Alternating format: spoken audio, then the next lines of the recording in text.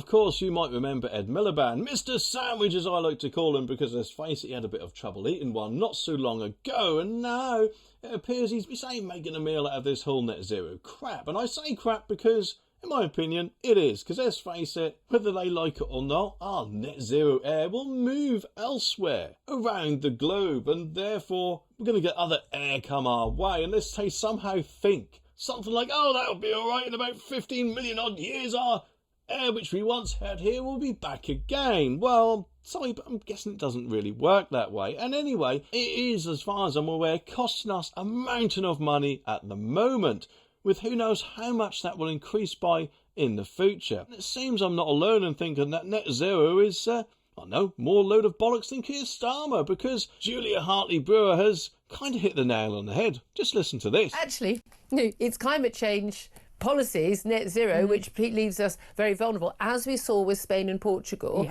with those blackouts. And it's not Nigel Farage saying it, it's energy experts. It's the actual people who run the Spanish electricity grid who say it's not lack of nuclear power. It's not it wasn't a weather event. It wasn't a cyber attack. Most likely cause was a problem with intermittent sort of boost of energy from solar panels, from solar farms, and that messed up the grid. The grid couldn't handle it, and that is part of the problem of having intermittent energy from unreliable, insecure sources. The grid doesn't. Maybe they could strengthen the grid. I don't know. I don't claim to be an expert in this field, just like the Climate Change Committee and Ed Miliband, indeed. But at the end of the day, the most likely cause of those blackouts appears to be over-reliance on solar power. Okay.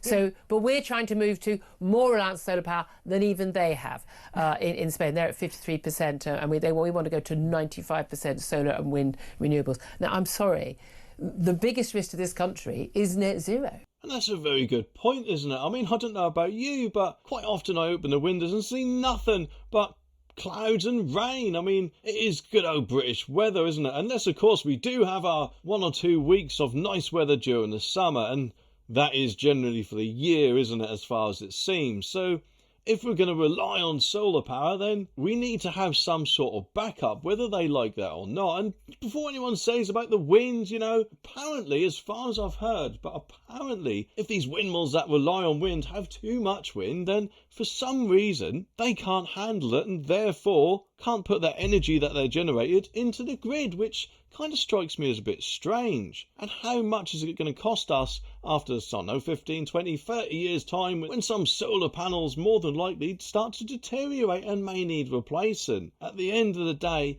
in my opinion, this is going to be nothing but a massive cost to us taxpayers, which, let's face it, in the middle of a cost of living crisis, I'm pretty sure we could do without, eh? But apparently all of this happened because a report comes after Spain and Portugal suffered a mass blackout, with some blaming Spanish government for going 100% renewable with energy sources. And if we continue to go this way, more than likely, we'll kind of see the same, aren't we? But what have they all said about it? Well, the funny thing is, on April the 30th, the government apparently had to defend its net zero policies after former Prime Minister Tony Blair, I wouldn't say Sir Tony Blair because, sir to me, I'm afraid, along with Keir Starmer, he's no sir to me either, but he apparently claimed limiting fossil fuels and favouring renewable energy sources was doomed to fail, which, yes, finally, a Labour person that actually presumably thinks that net zero is a very, very bad idea. And he even says a new approach was needed, and yes, about time too. And I won't say I agree with Tony Blair, because let's face it, that would be a very, very bad thing to say, but it looks like he, at least, is coming round to our way of thinking on net zero, eh? Which makes me wonder, how long will it be before the rest of the Labour Party and any other party might just turn around and think, well, perhaps we shouldn't go full net zero because it's going to pay off the rest of the country, though admittedly, unfortunately, that is what Labour appear to be doing at the moment, isn't it, eh?